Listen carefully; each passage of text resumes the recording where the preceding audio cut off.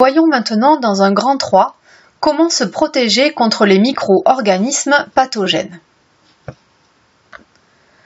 Nous savons que nous sommes constamment en présence de micro-organismes. Certains sont bénéfiques ou neutres, mais d'autres vont entraîner une réaction de défense de l'organisme. On dit qu'ils sont pathogènes, c'est-à-dire qu'ils peuvent provoquer des maladies.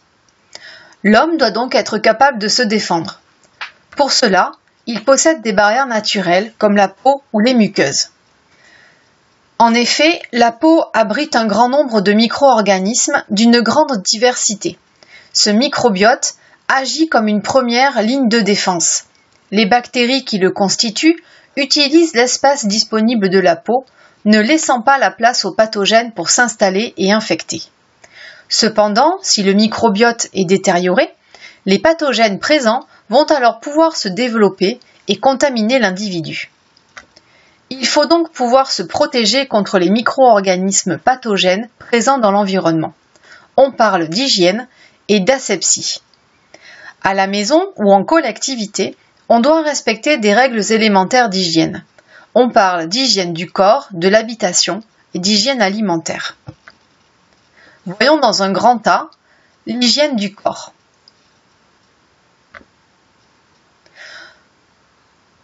Prendre une douche permet d'ôter les polluants, la poussière, la sueur, le gras fabriqué par le sébum et éliminer les bactéries qui se multiplient sur la peau.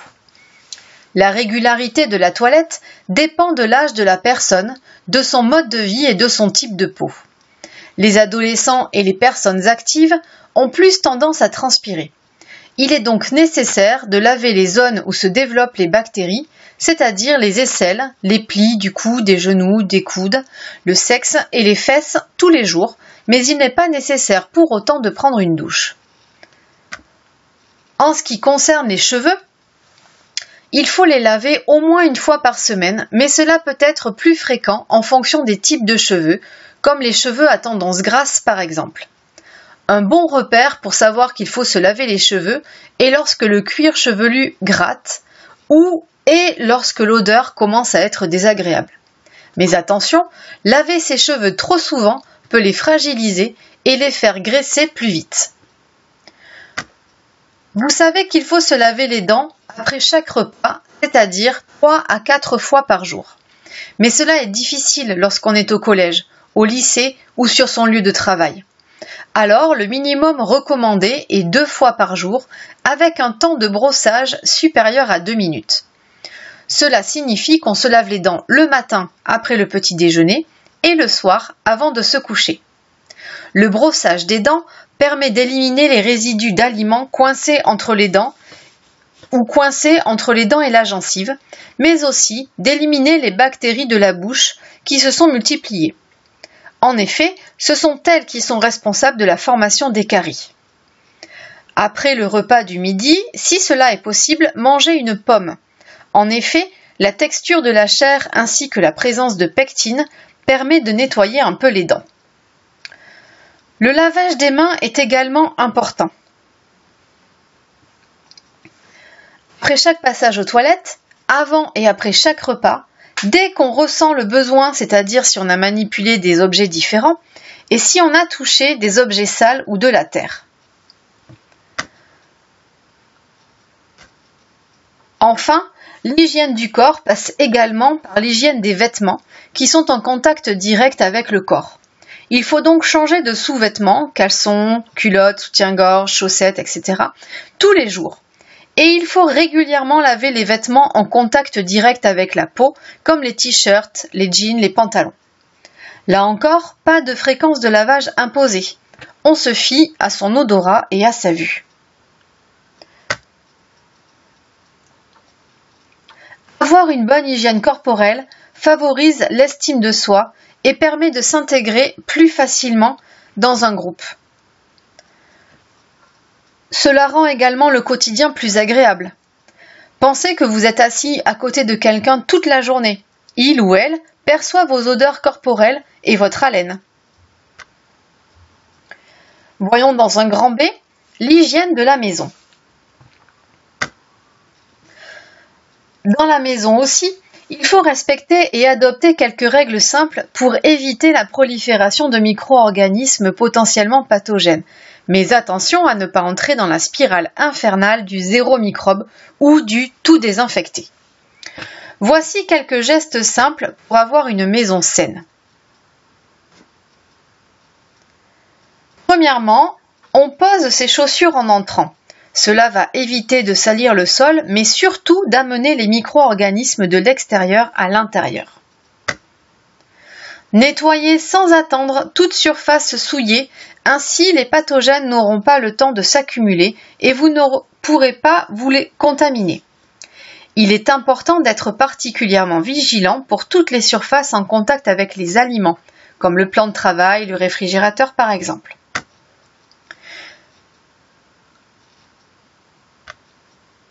Il ne faut pas laisser traîner le linge sale, qui va devenir un nid à poussière, à bactéries, à champignons, etc. De plus, en mettant le linge sale dans un panier, cela maintient la maison rangée et facilite la corvée de lessive.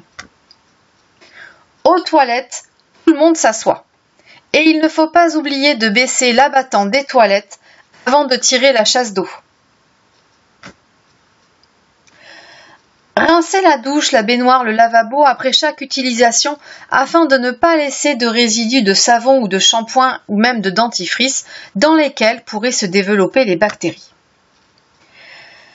Il faut également penser à aérer toutes les pièces de la maison pour renouveler l'air et d'aérer et de faire sécher les torchons, le linge de maison. En effet, les torchons de divers usages ainsi que l'humidité des serviettes et des draps sont propices à la multiplication des bactéries.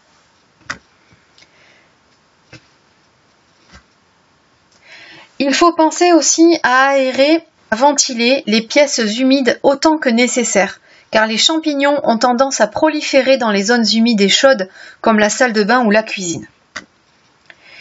Il faut faire son lit tous les jours, après avoir exposé les draps à la lumière du jour. En effet, les acariens de notre peau se déposent pendant la nuit dans les draps chauds et humides. En exposant quelques dizaines de minutes les draps à l'air et à la lumière du soleil, cela sèche la transpiration et élimine une partie des acariens. Il faut également laver régulièrement, au moins une fois par semaine, les draps et les serviettes de toilette, ainsi que les torchons de cuisine. En effet, on passe environ 8 heures par nuit dans les draps, et cela pendant 7 jours dans la semaine. Feriez-vous la même chose avec vos vêtements? Utiliseriez-vous le même t-shirt tous les jours de la semaine? Enfin, il faut penser à désinfecter régulièrement les sanitaires et la cuisine, ainsi que les éléments sensibles comme le réfrigérateur, la cuvette des toilettes, les poignées de porte, les robinets, etc.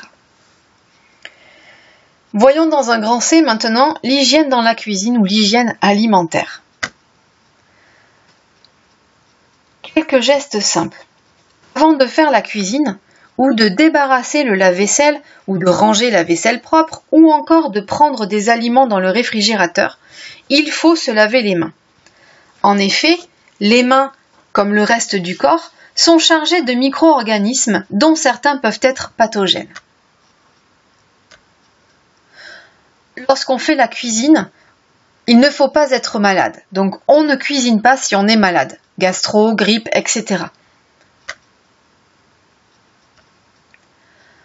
On ne laisse pas les aliments à température ambiante plus de 2 heures.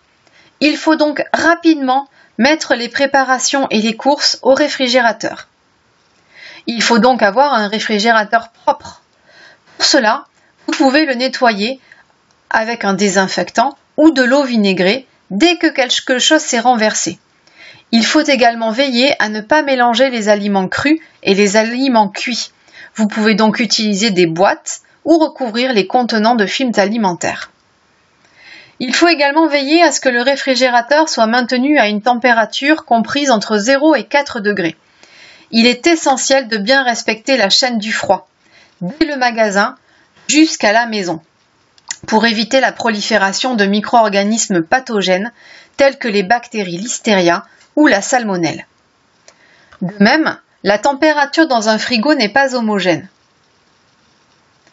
Aussi, pour optimiser l'organisation du réfrigérateur et garantir une meilleure conservation de vos aliments, il est conseillé de mettre les légumes en bas dans les bacs à légumes, les plats cuisinés, les aliments cuits et les laitages, yaourts ou fromage au milieu, et les aliments crus, la mayonnaise, le lait, les crèmes, en haut, où il fait le plus froid. Il est également préférable de ne pas mélanger les aliments cuits et crus, même pendant la préparation. Si vous n'avez pas assez d'ustensiles de cuisine, il faudra donc les laver après chaque utilisation. Au réfrigérateur, n'attendez pas plus de 3 jours pour consommer les produits cuisinés et cuits. La viande crue peut également contenir des parasites et d'autres micro-organismes pathogènes. C'est pourquoi il est fortement conseillé aux personnes ayant une immunité fragile, comme les enfants, les personnes âgées, les personnes immunodéprimées, ainsi que pour les femmes enceintes, de bien cuire la viande.